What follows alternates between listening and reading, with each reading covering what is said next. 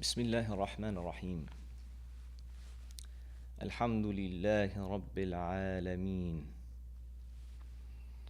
والصلاة والسلام على سيدنا وعظيمنا وحبيب قلوبنا وشفيع نفوسنا أبي القاسم محمد المصطفى وعلى أهل بيته الطيبين الطاهرين وأصحابه الغر الميامين. ربنا إننا سمعنا مناديا ينادي للإيمان أن آمنوا بربكم فآمنا ربنا فاغفر لنا ذنوبنا وكفر عنا سيئاتنا وتوفنا مع الأبرار ربنا وآتنا ما وعدتنا على رسلك ولا تخزنا يوم القيامة إنك لا تخلف الميعاد. ثم قال الله تبارك وتعالى في كتاب الكريم: بسم الله الرحمن الرحيم وما أصابكم يوم التقى الجمعان فبإذن الله وليعلم الذين نفقوا وقيل لهم تعالوا قاتلوا في سبيل الله أو ادفعوا قالوا لو نعلم قتالا لتبعناكم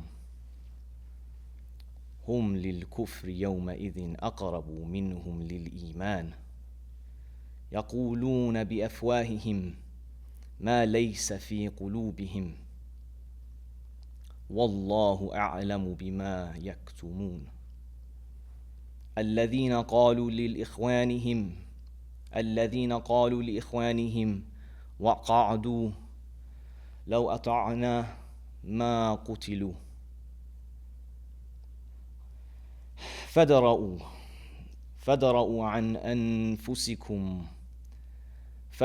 عن أنفسكم الموت إن كنتم صادقين.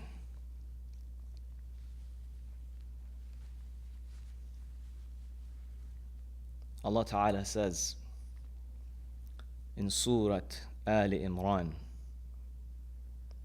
that which befell you on the day when the two armies met was by the permission of Allah, that He might know the true believers, and that might He know the hypocrites, unto whom it was said, come, fight in the way of Allah, or defend yourselves.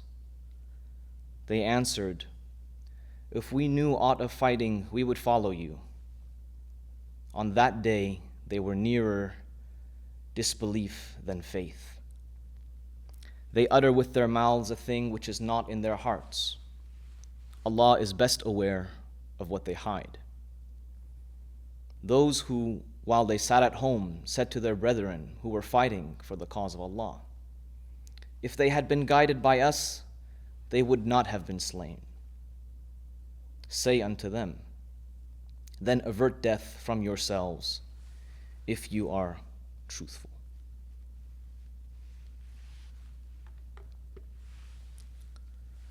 Today is October 4th, 2024. Nearly 365 days have passed since the fateful day of October 7th, 2023. An entire year. An entire year of genocide. What feels like it was always inevitable.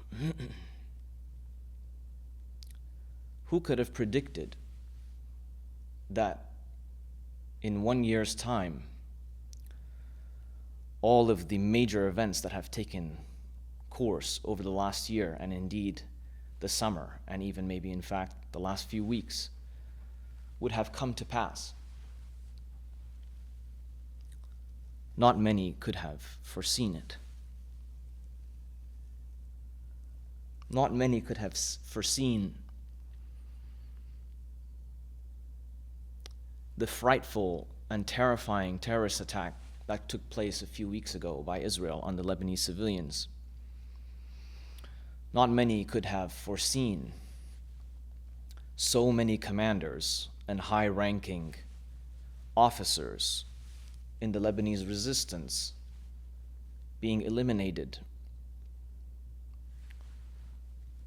and certainly not the murder of Sayyid Hassan Nasrallah or the killing of Ismail Haniyeh, or that Iran would respond militarily and legally, might I add. There are a lot of things to cover. Let's hope that we can cover some of them in this khutbah. Let's begin with the death of Sayyid Hassan Nasrallah. I remember the verses that I recited to you at the beginning talks about the feelings that are deep in our hearts that we do not let on in our speech. We let on in our action, perhaps, but we hide. We hide the truth from ourselves, but we cannot hide the truth from Allah. It's been high time for us to listen to these verses and to think very carefully as to whether we fall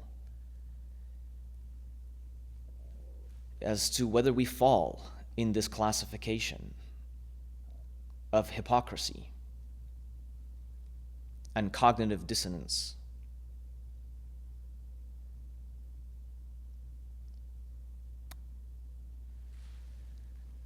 Look, what happened in Syria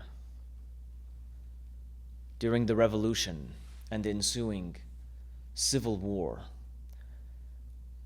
or fitna? I would call it a fitna. It is possibly one of the greatest fitnas that the Muslims have encountered as an ummah. Maybe the worst that we have ever encountered. It was a fitna. That fitna cost the lives of thousands, tens of thousands, perhaps hundreds of thousands. But it also gave us severe cognitive dissonance. And I will return to cognitive dissonance a few more times so that we can really think about why it's so important and why it has been so damaging. The reactions to the death of Sayyid Hassan Nasrallah were mostly in two camps. There were those who mourned, and there was those who expressed utter joy.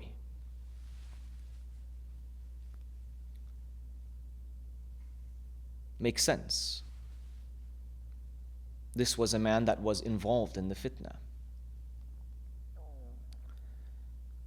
But the mourning and the joy, two very separate feelings and emotions that Muslims are caught between.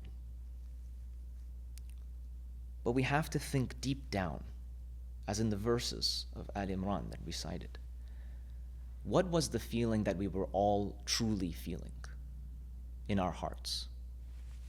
The mourners mourned at first, couldn't believe that it was true, wanted to deny the truth and the reality, and then when enough time had gone and it set in, resorted back to our normal psychological oft-repeated dogmas, and I understand them because we don't want to lose heart, that you kill one of us and 10 of us will stand up, and you kill one Haniyeh and a new Haniyeh will rise, and you kill a Nasrallah, a new Nasrallah will rise, you kill a Salah ad-Din, another Salah ad-Din will rise. Now, are those people who say that usually the one that rise and take the place of them? Usually not. Usually not. It takes a great deal of effort to produce a leader, to produce a movement. But maybe we are beyond the time of single leaders and large looming figures. Maybe it's time that we need to take responsibility as individuals. Deep down, what did we really feel? Let's tell the truth. Deep down. I have complicated feelings about the Islamic Republic of Iran. That's no secret. I have come on this pulpit and I have criticized them to death.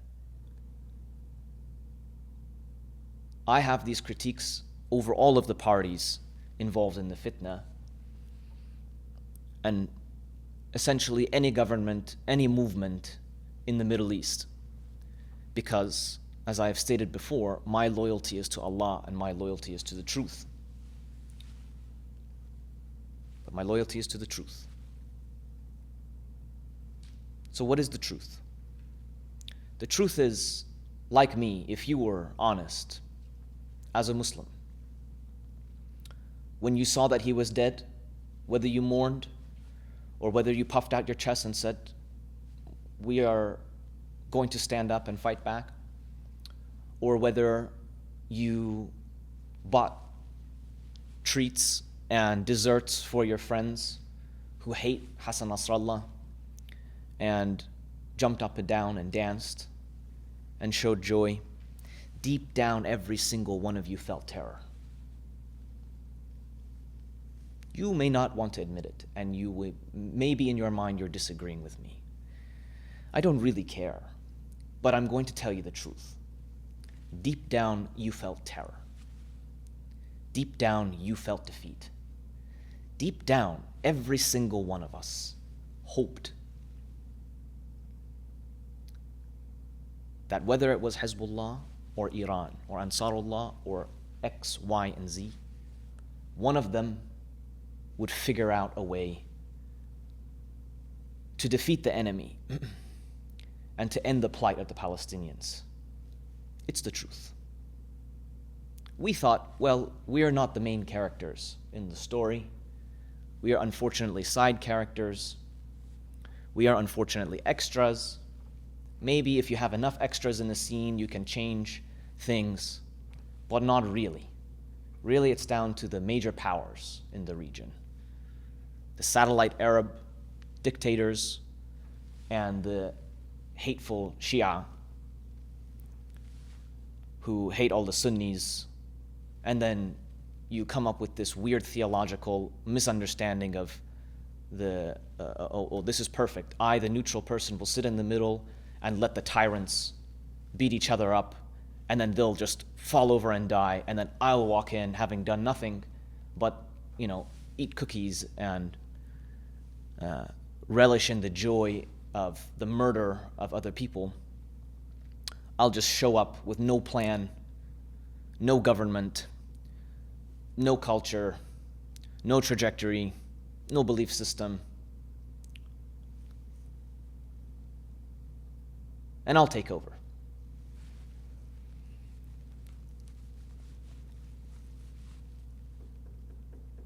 We were terrified. All of us were.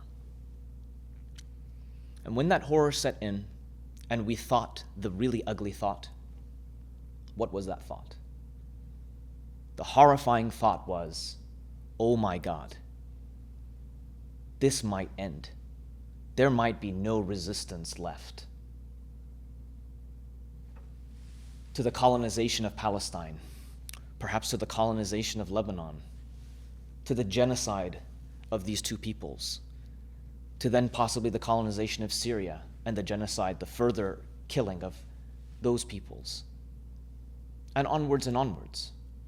Nothing, no obstacle left, no tyrant left to hit the other tyrant with, that they would have a clear path.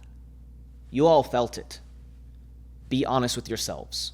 You all felt that horror. And you know how I know you felt that horror? Those who were cheering on the death of Nasrallah less than a week later, when Iran decided to respond militarily, you decided to sit on the fence a little bit. I watched you very closely. You decided to sit on the fence a little bit. You sat on the sidelines and you said, Iran, paper tiger. Iran, strong against us puny Arabs, poor us. But against the real powers in the region, paper tiger, runs away. And then they respond and everyone shuts up for about 30 minutes. But then they start talking again. Why? Because the hope was reinstated. You went back to talking because you felt that glimmer of hope, didn't you? You felt that glimmer of hope. Oh, well, hopefully we can go back to the paradigm of tyrant fights tyrant, and then I get to sit on the side and cut a cookie for my friend. Look, now so-and-so dies, and now so-and-so dies. And I hate both of them. This is great. Let's just let them hit each other. You felt hope again. When you're asked, why don't you join? What do you say? Come. Does not Hezbollah and Iran and the entire Axis say to the entire world, join us. Stand unified. I am not an apologist. I want to make this very clear. I am not an apologist for any actor in this region.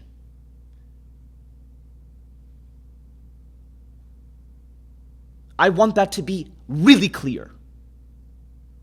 I'm not an apologist for this country, the United States. I'm not an apologist for Israel. I'm not an apologist for Syria, Iran, Hezbollah. I don't care. You name it. And it will become very clear as we continue in the sermon.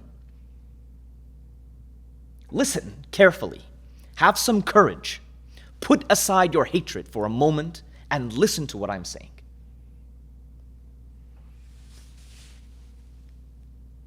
Listen, my friends.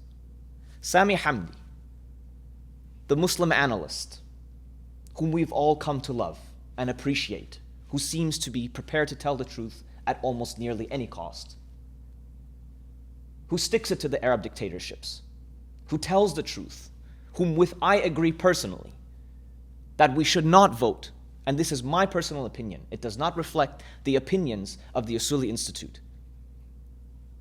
that we should not vote for the Democrats nor the Republicans in this election. And he makes brilliant points. Listen to him when he says this.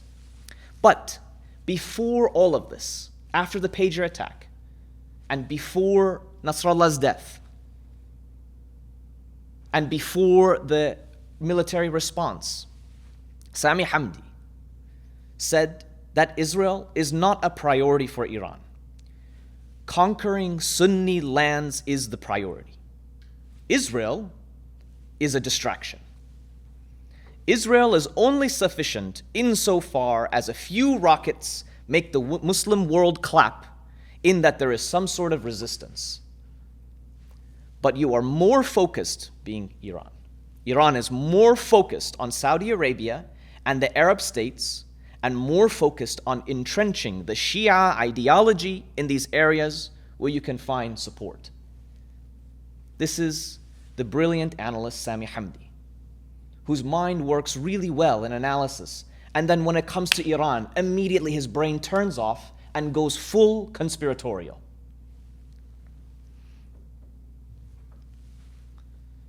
It's not just Sami Hamdi. And let's pause here for a moment. This type of rhetoric is abundant, a dime a dozen on Arab media or Middle Eastern media or Muslim media, non-English speaking media. It is everywhere. From whomever you have, native informants, the hardcore Salafis, doesn't matter. Shia who wear the turban and come with the whole look will come there on Al Arabiya and do their whole native informant gig. But it is increasing in the English language world. And there is a reason why this matters. Please bear with me. Another individual that many have come to listen to and respect, the person known as C.J. Whirlman,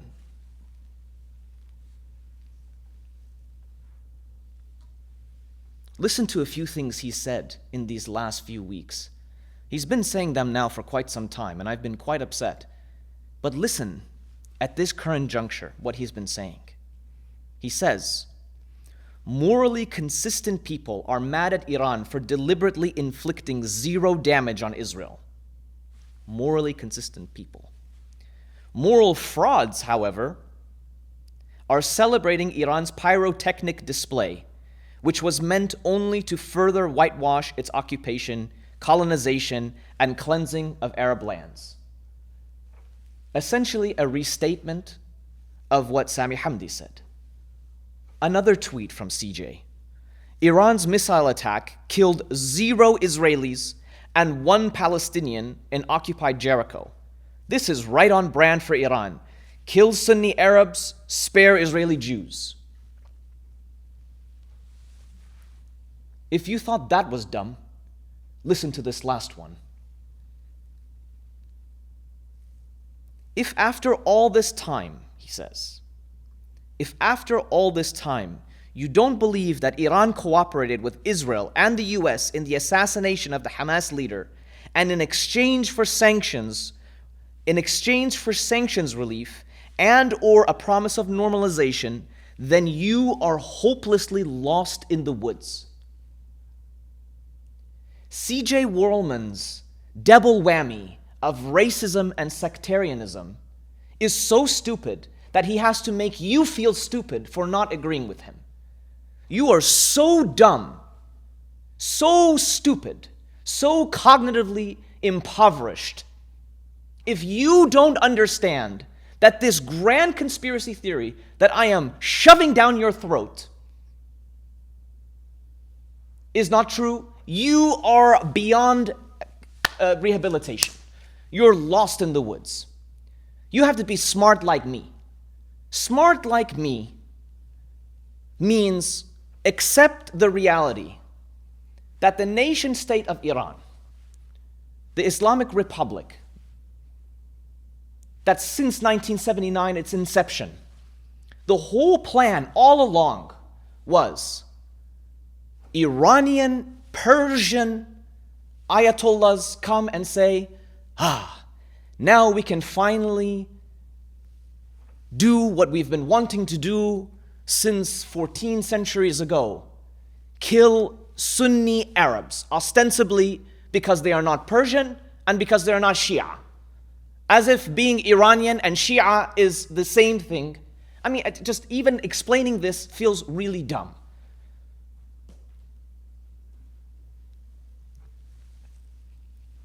Guys, you would think that people like C.J. Whirlman and Sami Hamdi would not be affected by the same exact talking points that America and Israel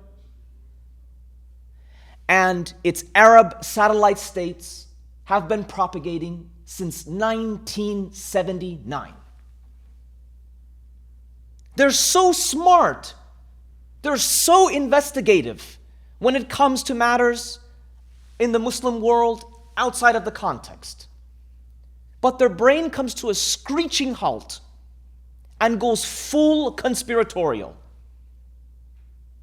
when it comes to Iran, when it comes to the Shia resistance. Sami Hamdi, a question for you, sir. These people in the Muslim world that clap as if there's some sort of resistance, I ask you, are you mocking the Palestinian children in Gaza who for 2 seconds had the coolness of eye that they had been looking for an entire year? The thought that they hadn't been forgotten? The hundreds of millions of dollars that it took an impoverished nation like Iran to send that pyrotechnic display.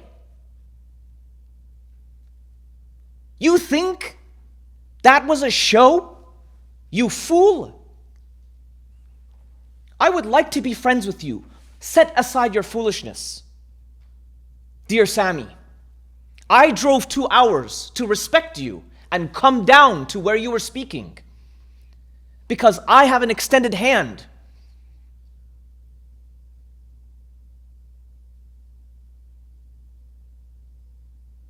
But do you not care? Are you so impoverished in confidence that you can tell the truth about some things and lie about others?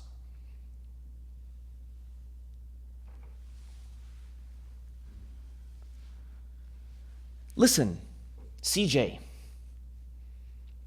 for 1 whole year, CJ, you have watched Israel murder, rampage, with impunity. Are you not tired of seeing dead bodies?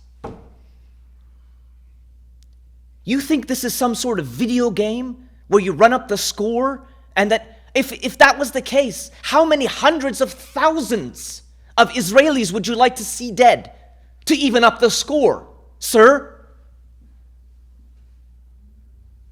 All year, you are sitting around and wagging your finger at everybody else and saying, look, Israel doesn't follow international war laws, doesn't follow humanitarian laws, doesn't follow X laws, engages in horrible genocidal ways.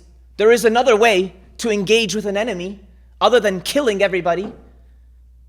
And then Iran comes and proves that it is possible to stand up for the dignity and the sovereignty of your nation and for the axis that is resisting without causing purposefully any death. Mind you, the Palestinian that was killed because the axis of the Sunni Arab, they're not Sunnis, please forgive me, the axis of the satellite Arab union with Israel and America shot them down. And that killed that fellow. Why are you lying? Are you telling me that, like the Israelis, the Iranians went and wrote the name of the person they would like to kill most, one Sunni Palestinian in occupied Jericho, please?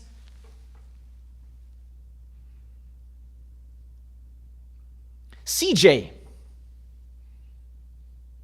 your Twitter feed reads almost identically to the propagandist, Hinkle, whatever the hell his name is.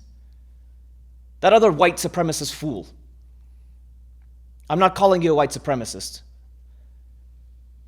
Jackson Hinkle, a clear paid propagandist by conservative factions in Iran. Obvious. What does the man know about politics? He can barely speak his own native language. What does he know about the internal politics of Iran for him to start talking about, if the conservative faction Jalili had been voted in, this would have never happened, and Iran would have responded, and we would have been strong, and blah, blah, blah. Shut up. Your Twitter feed and articles read exactly like that propagandist. What do you want me to wonder about you, Mr. CJ? Should I wonder where is your money coming from?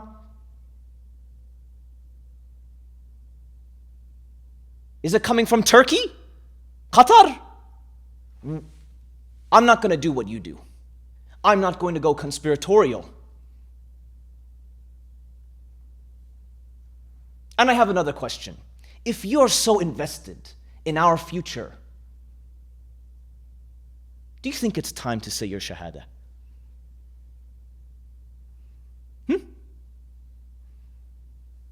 What's stopping you, sir? You take all our money. You take all our time. You stir the pot for us. Happy to start continuing to stir the pot of sectarian divide. No problem. Join. Come on in. The water's just fine. No, you're a dedicated atheist. Fine, CJ, be an atheist, but be an atheist with integrity. Guys, racist sectarianism rots the brain. It rots the brain. It replaces rational thinking with conspiratorial thinking. It's beyond distracting. This rhetoric is so powerful. How do I know that it's powerful? Who relies on this rhetoric above all other rhetoric? The American, Israeli, satellite Arab axis. You saw Netanyahu. He showed you who's his team. He showed you a map. He showed you who's on the team. Well, the Indians are also on the team, by the way.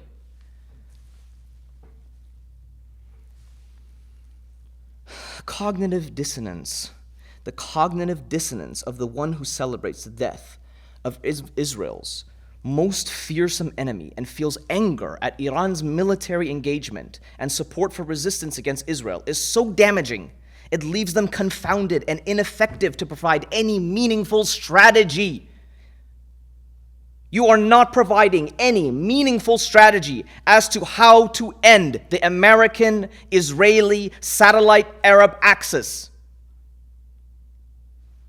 CJ and Sammy, you are unwittingly, I hope, unwittingly strengthening the Arab despots that you claim to hate and oppose. Cognitive dissonance is destroying your rational capacity.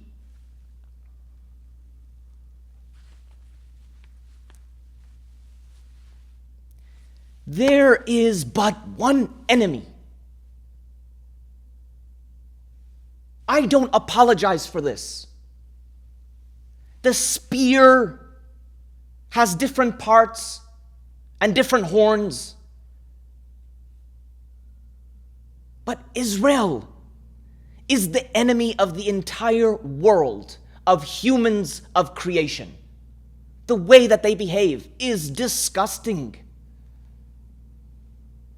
It must end. I will say this again later. It must end. There will be no progress in our region. Ya Habbi, dearest ones, dearest Muslims, dearest brothers and sisters, dearest to my heart, those who say La ilaha illallah wa Muhammadan Rasulullah. I love you for that sake, that you say those words. Please, Muslims will suffer in America, in Mexico, in China, in Australia, everywhere in the world, for as long as you allow Israel and the United States and their proxies to choke the life out of us in our sacred sites. Even if we manage democracy in our Muslim lands, this will always fall apart. Even those who oppose Israel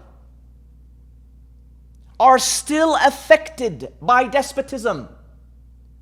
You cannot get rid of despotism without getting rid of the intervention of this disgusting axis.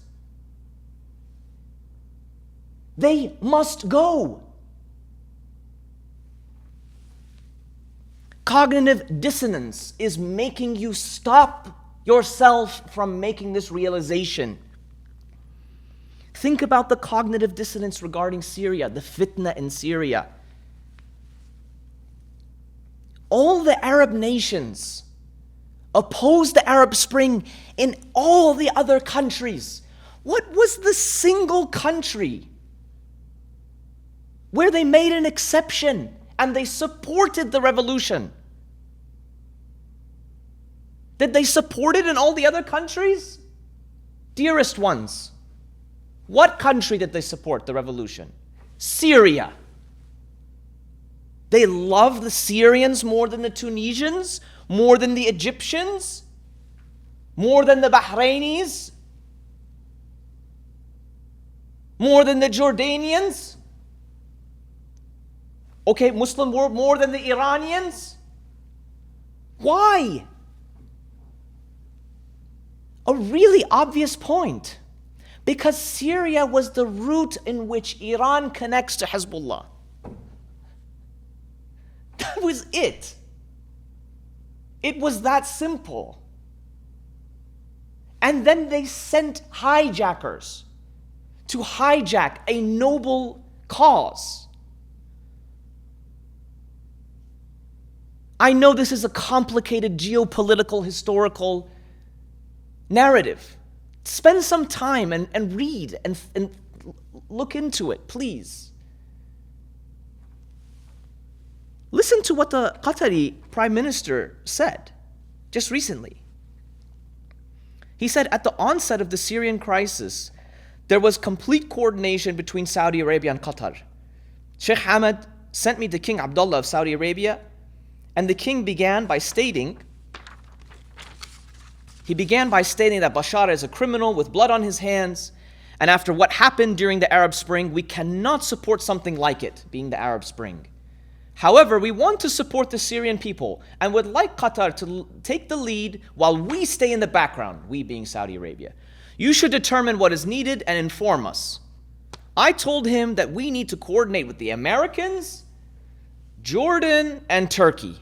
We began discussions with these parties and established 2 operations rooms, one in Jordan and the other in Turkey. The goal was to support the resistance, the Syrian resistance. Since the flow of refugees had already begun and the Turks warned us that if the numbers exceed a certain limit, they would enter Syria and occupy part of it. These operations rooms were set up with representatives from Saudi Arabia, Qatar, Jordan, and the Americans, and everything passed through these 2 centers. How, my friends, how do you explain this willingness to help the Syrian resistance, but no help to any of the other revolutions? Or, in fact, the Palestinians? Why should it be that Palestine is only supported by Iran? Why?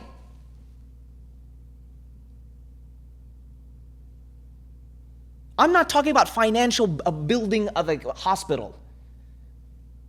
Any dunce can do that, especially dunces with lots of money. The only reason why Palestine still lives and still breathes and still draws breath and still has hope, I don't care what you think of Iran. It is the fact. If there wasn't the money going there to resist, to give them the ability to resist by legal force, Israel would be able to overrun Palestine. And that's not to say anything about the heroism of Palestinians. I believe that down to the last man, woman, and child, Palestinians will resist in any way. But I'm talking about the pragmatics and logistics of war and self-defense.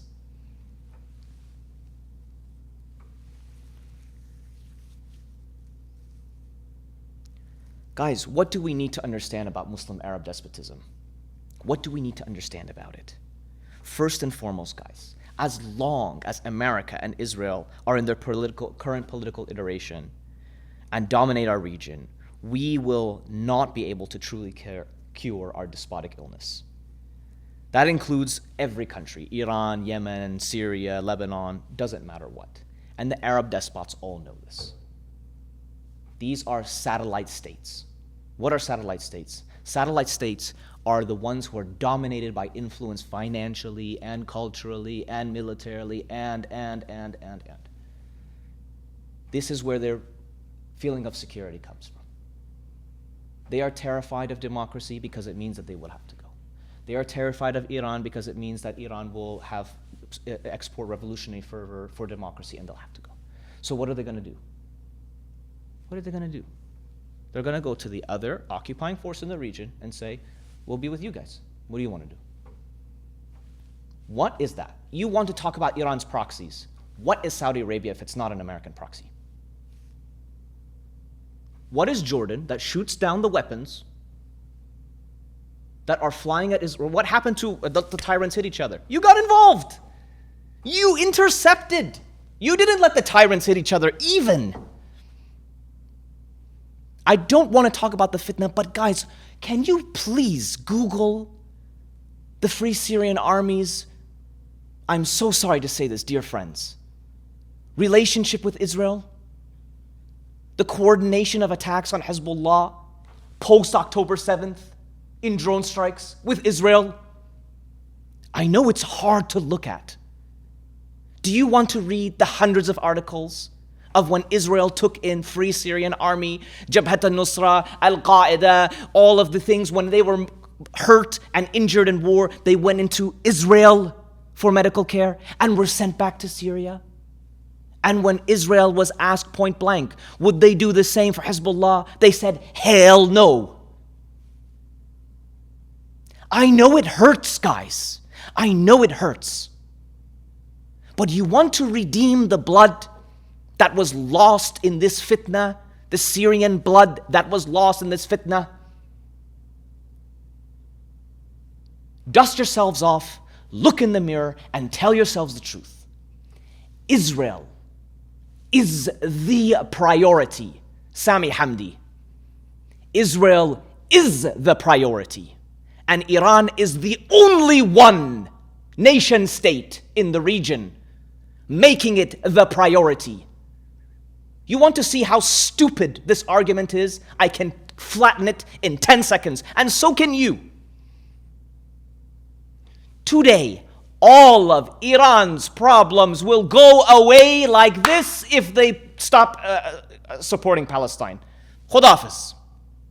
Wassalamu alaikum. That's the end of it. Iran's problems are gone. Khamenei can pick up the phone and say, we are with you. The writing is on the wall. We'll put down the arms.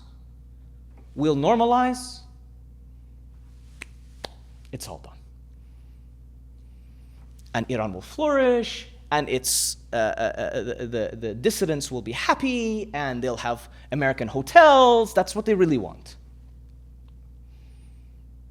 Gucci shops and vacations and no visa problems, tourism, flowing alcohol. These are the things that we really care about. What is the function of the Arab satellite states? My dear loved ones, what is the function of the Arab satellite states? On 8/16/24, Qatar's top intelligence official has been awarded a medal from the Central Intelligence Agency, that's the CIA, for his role in strengthening intelligence cooperation with the United States. State Security Agency Chief Abdullah bin Muhammad al-Khulayfi received the George Tenet Medal from CIA Director Bill Burns. Burns gave al-Khulayfi the award in, quote, appreciation of his role in maintaining national and regional security between two allies in the Gulf region. Al-Khulayfi was also honored for his exceptional support given to the U.S. agency in preserving the interests and security of U.S. and Qatar, the report said. Dearest ones, Qatar was the supposed co-negotiator in the ceasefire talks that we all think that were supposed to happen. We all thought were supposed to happen. But all of us deep down knew they weren't going to happen. How can they happen when the CIA is giving them How can they happen? Is this not embarrassing that I have to read this? How can they happen when Egypt is given billions of dollars in military aid? Who is Egypt fighting? I ask you, American Muslims, what the hell are you doing? Have any of you done anything to stop this? I am not an activist. I am not an organizer. I am just the delivery man of the news, really. Have any of you done anything to stop the military aid? Maybe some Egyptians that are dedicated to the cause, but Muslims as a whole, I ask you, how is it that the money is still going to Egypt? They're getting paid. They're getting awards. And they're involved in a ceasefire?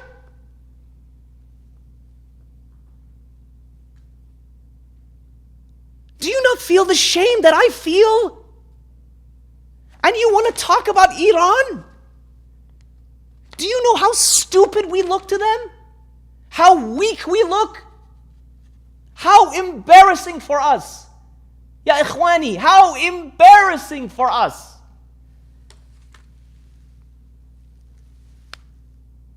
Syria was despotic and it was not upholding Israel, it was hurting it. Same with Iran and Lebanon and etc., etc. I've said this before and I'm saying it to you again. Even if we achieve democratic states, and I think we have to do all things all at once, by the way. We can't put all our eggs in one basket. But even if we achieve democratic states, Iran is a democratic state. It has elections. Its president dies and they elect a new one and a reformist comes in and then a conservative comes in and then a reformist comes in. We still have this problem of despotism because we are still colonized, not even mentally. We are colonized physically. Our region is colonized. You cannot separate Iran and Palestine. You cannot separate Iran and the Hijaz. You cannot separate Jordan and the Levant from Egypt. You cannot support. We are one. We are one. For God's sake, you all are Ahlul Hadith. You believe in Hadith. God, the Prophet told us that we are one nation. That if one part hurts, everything hurts. We have to get right. There's a leech. It's like this, on your throat. And I'm going to do democracy on my left hand. It's not possible. Not fully. Treat the illness where it is. Eradicate this illness. I don't have a problem with individual Israelis and individual Americans. And I don't want to see them dead. I repeat, I don't want to see Israelis harmed. I do not want to see Americans harmed. And I want to limit the amount of death, doom, and destruction that it would take to defend ourselves. That should be our mentality. We are better than them. We are more moral than them. We come from a more moral education than them. We are not out for vengeance. We are out for setting God's balance back. Being better. Itfa billati hiya ahsan is our call. CJ, maybe if you join us, you'd realize we're not trying to kill people. We are trying to achieve liberation. And that means more than just killing people and causing doom and destruction, CJ. Above all else, guys, dear friends, above all else, sectarian hatred for Iran and the anti-Israel Shia axis does what? Above all else, it provides cover for the Arab satellites and Israel, who are the true quote-unquote destabilizing forces in the Middle East. How many times have you heard it in your ears and in your radio stations in America and in Saudi and in Lebanon and in Iran itself, in the dissonance of the most destabilizing nation in the entire region, in the entire world is Iran. Antarctica should be afraid of Iran. They are the most destabilizing. No. You allowed sectarian hatred and racism to give you the cognitive dissonance to truly believe a total conspiracy theory that it's Iran that's the destabilizing force. Iran is from the region. It's been there for thousands of years. It will be there for thousands of years, God willing. unless he destroys us for our lunacy and lack of initiative.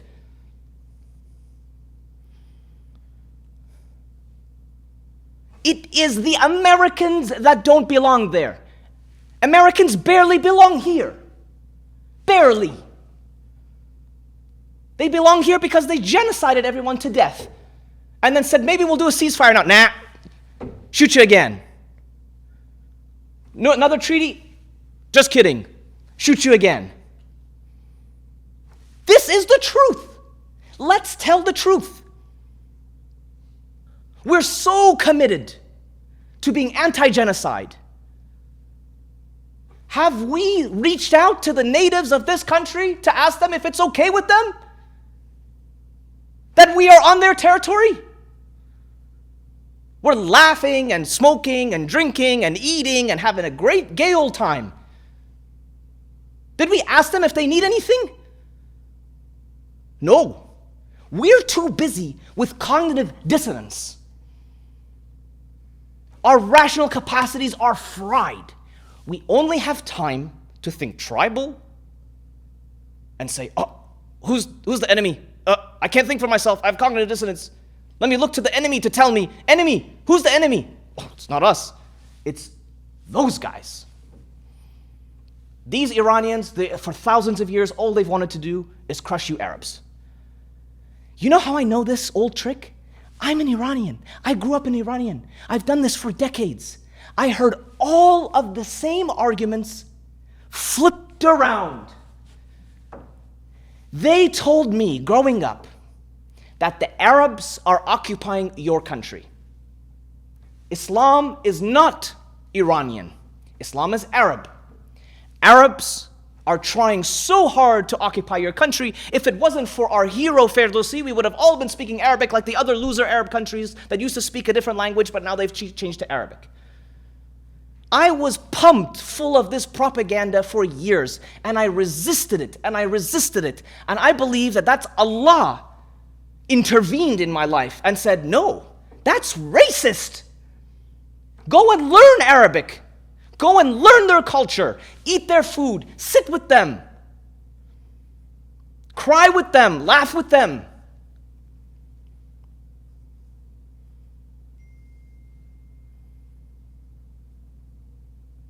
I feel no difference between myself and my Arab brethren.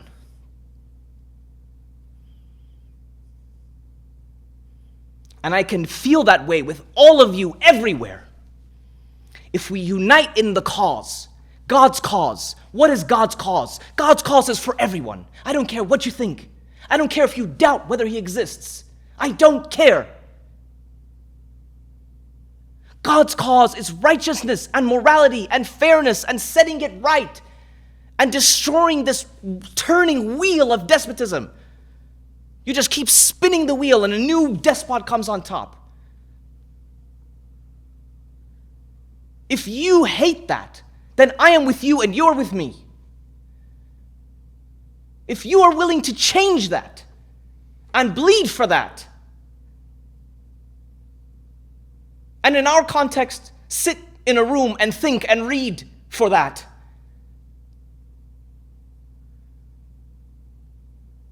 to vacuum the floor for that, to pick up heavy boxes for that, to sacrifice salary for that, to sacrifice social status for that, to sacrifice your romantic life for that, then you are with me and I am with you.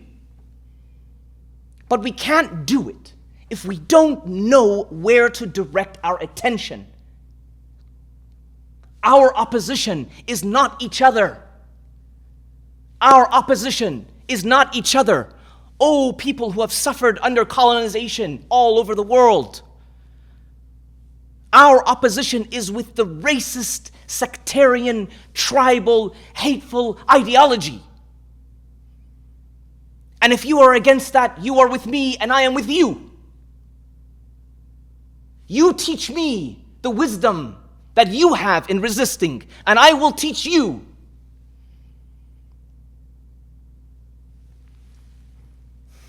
أقول قولي هذا واستغفر الله لي ولكم أسأل الله يستجب لكم. بسم الله الرحمن الرحيم.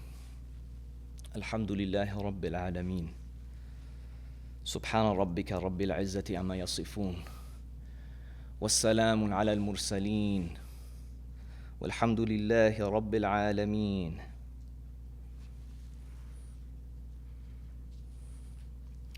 If there was one taking point to take from the previous sermon, it was this single point. We now know that whether the Arab world or the Muslim world reforms towards democracy or not, the Israeli ethno-state, America, and its proxies cannot continue to dominate us. They must be driven out. They must be told to leave. They must be shown the door. That's not genocidal rhetoric. That's simple fact. The inhabitants of these states, if you're American or you're Jewish or whatever are you, whatever be you, stay. It's the ideology and the government and the weapons that must go. This is the same thing you're telling us while genociding us. Maybe that's what makes you feel uncomfortable. Well, we don't have a problem with you, Arab Shia, you Iranian Shia, kind of. We don't really have a problem with you, Sunni, Druze, Kurd, whatever you are, Yazidi. As long as you don't support the people who are trying to drive out our hegemony in the region, then it's fine. You can stay. But hey, you don't want to die in indiscriminate shelling and bombing? You have to somehow have better intelligence than the Israelis and the CIA and the Shin Bet and go find the Hassan Nasrallah and drag him by the ear out of his bunker and throw him on the street and say, Israel, we found him, please take him. And then you won't get hit by indiscriminate bombing. But until that day, I'm so sorry.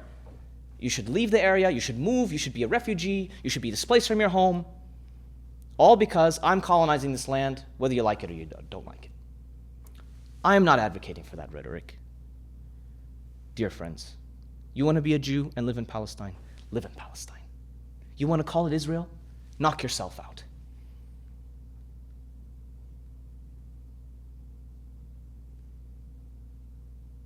But not under your genocidal ethno-state. No. With reasonable, humane standards. And we have international standards. These standards exist. We've just all decided that we don't care about the rules anymore. Because the ethno-state, the rules don't apply to them. No, it's not a lack of jurisprudence. It's not a lack of wisdom. It's not a lack of good jurists. It's not a lack. We've been left with no choice. We've been left with no other choice. So many a smart person has dedicated their entire lives to finally be set at a podium for 30 seconds, only but to be ignored. That is devastating. That is debilitating. That is humiliating. وَهَيْهَاتْ مِنَّا الذِّلَّةِ. Far be it from us humiliation. Far be it from us Muslims, humiliation. That's in the Middle East and the Arab world and the Muslim world. But we said that the axis is what? It's American, it's Israeli, and it is Arab satellite. Where do we American Muslims live? My apologies to our viewers who are not American Muslims, but I'm sure that this will apply to you also in some way. And it will, because it applies to Muslims around the world. Who is the weakest point on this axis? The Americans, the Israelis, or the satellite Arabs? Who's the weakest? Who's the weakest? Who is the odd man out? Which one of these three do not belong? by American white standards. Which of these three do not belong? The Arab satellite state. The Arab satellite state does not belong. It is weak. It has come there for weakness. It has come there because of its weakness. It has no strength. But it's so weak that it doesn't know what to do. It's scrambling with the missiles that flew over its airspace.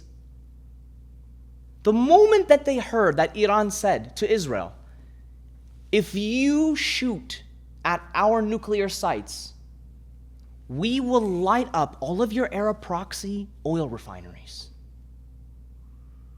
The next day, Saudi Arabia met with Iran. The next day. And what did they say? We will not get involved. We will be neutral. Now, I don't believe them for as far as I can throw them. But it's fear and weakness.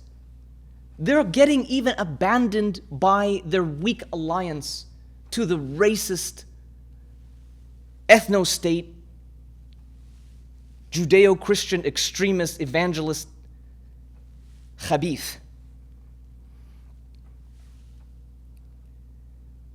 The weakest part first.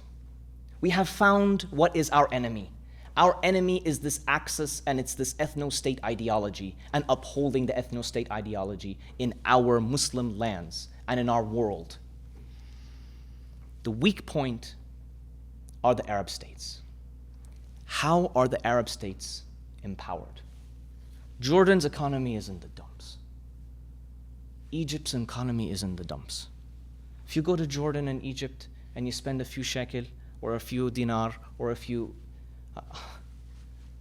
these people are starving, and their leaders are starving them. I'm not talking about them. I'm talking about the genocidal United Arab Emirates, who genocided the Yemeni people and had the gall to then go into the air and blame it all on Iran. The genocidal Saudi regime, who genocided hundreds of thousands of Yemenis. Until today, if you ask a Muslim what happened in Yemen, nobody knows the story. This is embarrassing, by the way. You don't even know the basics of why these people get genocided. Why cholera and diphtheria have overtaken and become the worst. This is old news. This is 10 years old. Worst humanitarian crisis. And then another worst humanitarian crisis comes. The worst displacement, Sudan, United Arab Emirates. The worst humanitarian crisis in Palestine, United Arab Emirates, Israel, America. Just breaking the records. Million dead in Afghanistan, million dead in Iraq, million, and you have the gall to talk to me about Shia. Millions dead. For all the time that you have spent in the last 2 years fighting your righteous war against bi, gay, trans. How many, C.J. Worrellman, let's use C.J. Worrellman's logic. How many Muslims have been killed by gay and trans and lesbian? Millions? Cognitive dissonance has destroyed your rational capacity. I don't care whether you theologically disagree. You are distracted by hatred. It's clear demonic interference. And you're saying, yes, give me more. More demonic, please. More hatred, please. Ugh, they gross me out. They don't do things the way I do. No one asked you to know.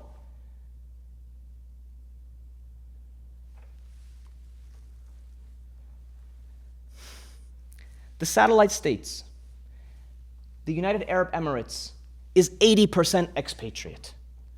Their entire system works because the Muslim world diaspora moves there, builds it, gives it infrastructure, gives it taxis, and gives it food, and gives it doctors, and gives it... They don't know how to do anything on their own, man. You know it to be true. But you live with the cognitive dissonance that I'll just blame Iran as the destabilizing factor in the entire Middle East, and I'll close my eyes to the fact that the UAE has perpetuated genocide in Sudan and genocide in Syria and genocide and everywhere, and Yemen, and normalized with Israel and said, please genocide the Palestinians, to the point that they go out of their way. Oh, you have a shirt that says Palestine on it. I know you all saw it. That lady had a shirt that said Palestine on it. And they come and they say, you must remove the shirt. To that extent. And you still live there and work there, and it's normal to you. Normal to you. This is the weakest point of the axis. Pack up your bags, take your passport, because you don't have a UAE passport. Move back to your country of residence. And I'll tell you what to do when you get back to the country of residence. I know most of you are from America. I'll tell you what to do when you get back here. Whoa, hold on. You may say, but then if I do that, then I'm going to take my money and build the infrastructure here, and I'm going to be an engineer in America. And America's the number one purveyor of terrorism. Okay. Weaken the axis first. Weaken the axis first at its weakest point. Come back here, and then we'll have a discussion. I'll tell you. Here, right now, I'll tell you. Hold on a second.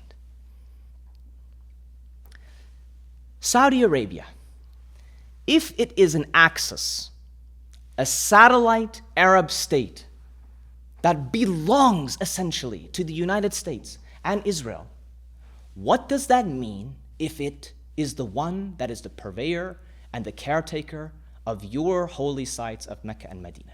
Your Hajj and Umrah is under whose control? Simple math, right? Isn't it the simple math that you all said?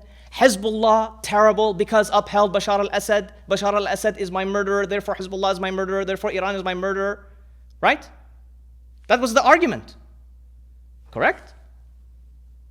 Okay. The proxy of America and Israel is Saudi Arabia. Who controls Mecca and Medina? America and Israel. This is not news to us, especially not news to people who check into this pulpit. But it bears mentioning on a year after genocide, and an expanding genocide, an unhalting genocide. Yeah, these khutbahs are too long. You're right. I don't like giving long khutbahs. I'm tired too.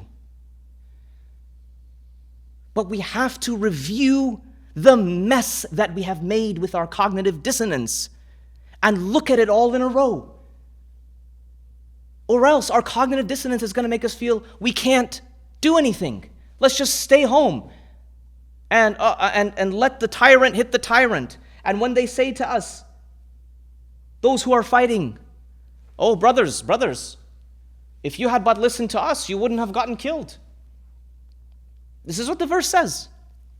Saudi Arabia says to Iran and Hezbollah, oh, brothers, we should join them. Why so much death and destruction? We should just join them. Let them do what they do. Khalas.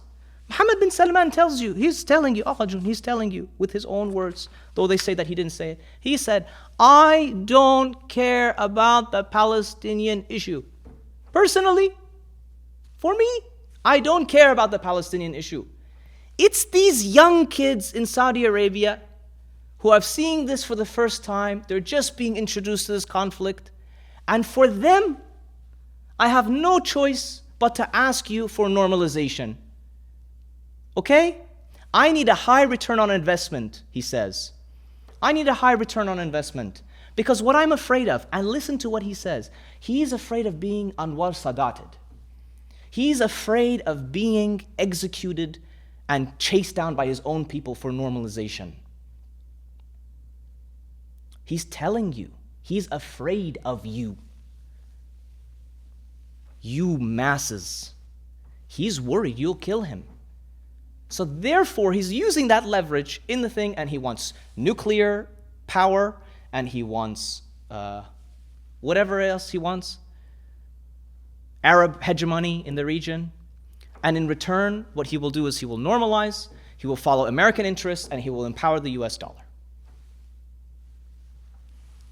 Mecca and Medina, he says, also, he is aiming for $30 billion a year from Hajj and Umrah every single year. Okay. Are we at war or are we not at war? Did Palestinians get to go to Hajj this year? Did they just stop everything and say, oh, it's very important for the Palestinians to go to Hajj and Umrah this year. Stop, let's let them go and do their thing and then come back. Did they get to go on Hajj and Umrah this year? No. Did you go on Hajj and Umrah this year? A gajillion times. What's good for me is okay. What's happening to them? Regrettable. But someone's got to go on Hajj and Umrah. Where? Where's it written? Where's it written? Show me the verse. In times of war, when people are being genocided, it's okay. Let the people get genocided. Don't get involved. Continue empowering the countries. Don't do much. Hope that the tyrants hit each other. And then spend your money on Hajj and Umrah. Cognitive dissonance has destroyed your rational capacity. You say, Masjid al-Aqsa muhtalla. Masjid al-Aqsa is under occupation. But Saudi Arabia, the axis of Arab, satellite, Israeli, American axis, is occupying Mecca, and you can't see it. You can't see it. You can't see it as occupied. Why? Because I can spend my money there and I can go, and it's fun, and it's a good time. But if I go to Masjid al-Aqsa, I may not be allowed to go in. I get beat up. It's terrifying. I might get killed. An act of actual resistance to go and say, no, we Muslims care about Masjid al-Aqsa. The least I can do is go there and risk my life and my time and my money and everything to go there. And I know Muslims that tell their children, the children that want to go, don't go to Masjid al-Aqsa. I know. It is an act of ultimate resistance. I know because I felt it and I did it. And those who have know that feeling. Right now, the other occupied sacred site is as clear, as akin, as analogous to normalizing. It's normalization. You are telling them, when I go to Masjid al-Aqsa, I don't put a cent in the pocket of the Israeli axis. When you go to Masjid al-Haram, Al-Aziz, I would die for Masjid al-Haram. If I could. May I die for Masjid al-Haram. May my father and mother and sister and brother be sacrificed for Masjid al-Haram. Nihik? Is that good?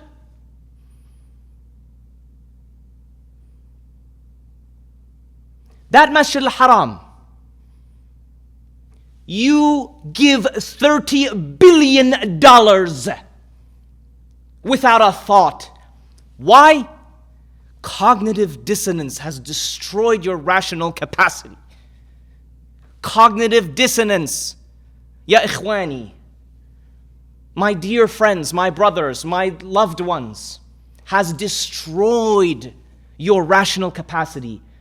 All you can do is blame it on the Shia. All you can do is blame it on the... You have nothing to do with it.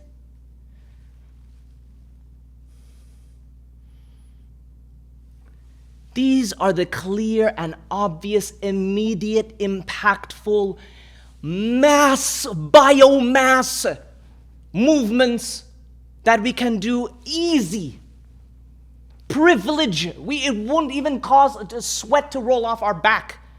To go back to the other privilege that we existed in the United States of America and leave the satellites and let them fall apart and support that money. Isn't it not that I have to be in America and I have to work so I can support the poor people of Palestine and Lebanon and whatever.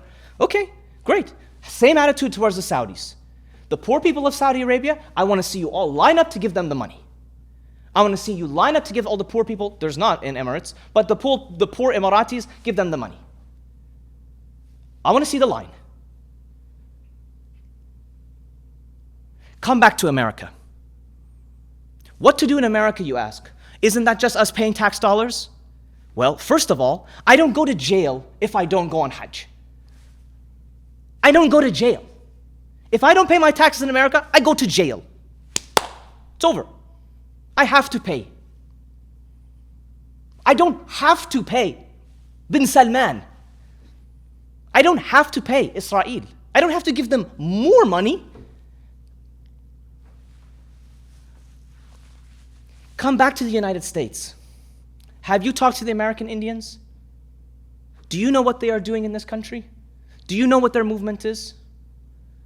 Do you know that we can morally get behind them and at least in a moral show of solidarity try to support them?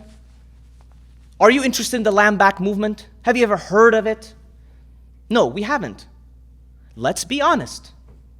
We're okay with this lifestyle, and we can't be okay with it. Cognitive dissonance destroys our rational and moral capacities. Come back to the United States, dear friends. Final point. The Democrats and the Republicans. The Democrats and the Republicans. We thought that if the Democrats are not in office, the Republicans will come and slaughter our people. So therefore, we must vote for the Democrats so that there's less of a chance that they will slaughter our people. So we voted for the Democrats. They came in and they slaughtered our people. Cognitive dissonance. They can disagree, Republicans and Democrats, on any issue, but they have total agreement over this one. A dead Arab and a dead Muslim is a good one. They don't care. They don't care. They don't care. They don't care. If they felt that Joe Biden was going to lose because he had to protect Israel, they don't care. They'll sacrifice Joe Biden and they'll bring a new face. And they think we're so stupid, and maybe we are. I hope to God we're not. They think we're so stupid that just doing a switcheroo, and we're like, oh, Trump is so much scarier, so therefore. I'm so sorry. What makes you think that you shouldn't suffer, but Palestine and Lebanon should suffer? Are you in it together or are you not? Are you willing to sacrifice? Are you willing to put up with difficulty? Are you willing to do the hard thing? Well, part of the problem is that you're so reliant on the system. You're so reliant on the system.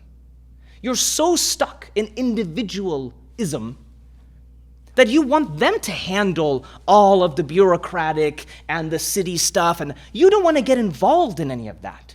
You don't want to build organizations that actually do something outside of petty fights of who has more power over the other one in a boardroom of 5 people. They're blowing us out of the water.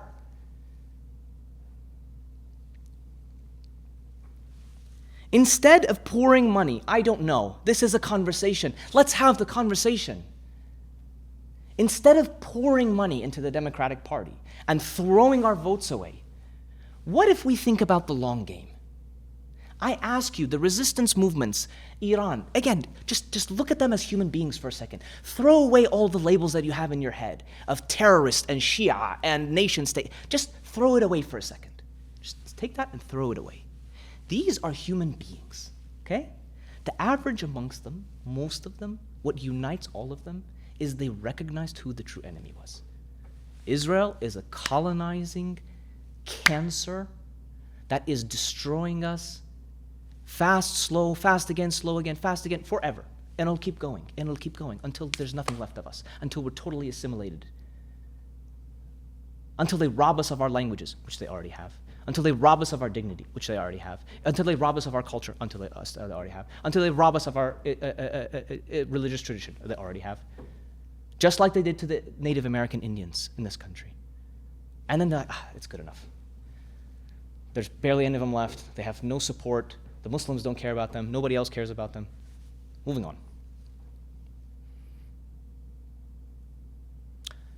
Maybe instead of trying to get power in the Democratic Party, which is clearly, completely on board with the Israeli project, maybe we should work on our own party.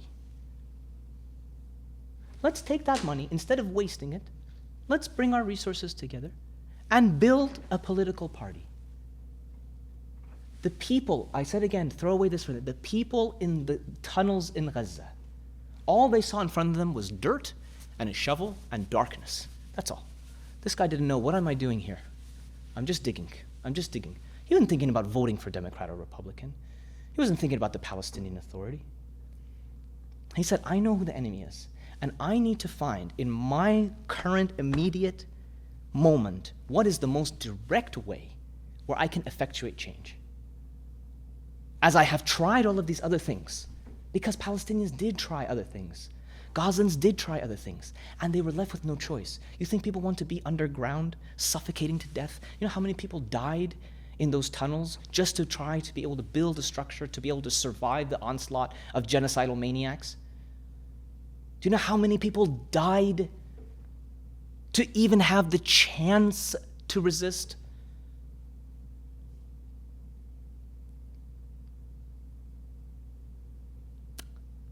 Those families were willing to pay the cost. What are our families willing to do? Are we willing to play a long game? I'm not hiding the strategy here. I'm telling you openly, this is the strategy. We have no power. Those parties are dedicated to our elimination. They're dedicated to our elimination. Now, if you want to strategically continue to support some of our own candidates and some of our own Muslim voices to go in there to learn how it works and to gain some power and to gain some experience on the lowest levels all the way up, from city planning all the way up, do it. Gain that. But there, ultimately, you can move them into your new Green Party, for example. Bernie Sanders, independent. Then he joins over to the Democratic Party when he wants. Do that. Build a party that's for the people of the United States of America. That's the difference. Build the party. Don't try to maneuver the party. Oh, here's $1 million, Chuck Schumer. I know you're a diehard Zionist. The problem, I know, is that we haven't even tried that part. But I don't know that we have time to do that plan anymore. The time ran out. We spent too long not doing anything. I think the window's closed. We need to talk about it. Maybe we can organize our resources where we do both at the same time. But I'm telling you, I believe, this is my personal opinion, and this is not the opinion of the Usuli Institute. It is my opinion that we need to build social structures and political structures here in this country to serve Americans. American Muslims, American atheists, American Jews, American Indians, American what have you. They're human beings, and they don't deserve to be run and ruled by psychopaths that steal their money and convince them and beat them down into complicity in genocide. And when they all die, they're going to have to answer for this thing that they got fooled into. They just did the religious thing of standing up and applauding in a stadium full of people like I do every time I go to the Columbus Crew Stadium. Hometown hero. Has Medal of Honor, Medal of Purple Heart, what is that medal? Years from the 2000s and before that, that just means you killed somebody that looked like me. That's what that means. And they have convinced these people that they're the heroes. And I feel bad for them, wallahi. They're going to wake up on the day of judgment and be like, oh my God, I'm in the wrong line. What is this? I sacrificed for my country and I feel sorry for them. And I feel sorry for us. Stop giving $30 billion. Here it is. $30 billion. You all knew that figure already. This isn't news. Take $2 billion of that and put it into the Green Party. $1 billion. 500 million. Something. Build a structure. Oppose this axis from where you stand in the most direct way and the most sophisticated way and the most humane way and the most ethical way possible. That's my message to you 1 year after the genocide. Please talk to us about it. Let's talk about it. Ya Ahbabi. The American-Israeli-Arab satellite axis has used sectarianism, luxury, and comfort to impose cognitive dissonance onto you to produce spiritual and physical death. Please, let's revive each other back to life again, please. Let's work together. Sami Hamdi, please. Let us be brothers. Sami Hamdi is a representative of all Muslims. He's just a Muslim. No hard feelings. Let's work together. Let's drive out this cognitive dissonance. Let's fix this together. Let's die trying. Let's try. You told the ummah to move, and I agree. Let's move, Sami. Let's move together. أقول قولي هذا واستغفر الله لي ولكم أسأل الله يستجب لكم بسم الله الرحمن الرحيم اللهم صل على محمد وآل محمد ربنا اغفر لنا وارحمنا ويهدينا جميعا. Ya Allah, we ask you for your mercy upon our souls and the souls of all of the shuhada. We ask you for guidance. Which way shall we go? What shall we do? Organize our hearts, put our hearts together so that our hearts become one, and repel from us the danger and the evil of fitna. Ya Rabbil Alameen. And support all the mujahideen, Muslim or non-Muslim, all over the world, and strengthen us Muslims once again back to our former glory, not in a nationalistic way, but in a moral way, in a beautiful way, that we be amongst the allies of the beautiful and the moral, whether we lead them, whether we are partners with them, whether we follow them. Let us be in this camp. Ya Rabbil Alameen. Salli wa sallim wa barik ala Muhammad wa ala Muhammad wa aqim as-salah.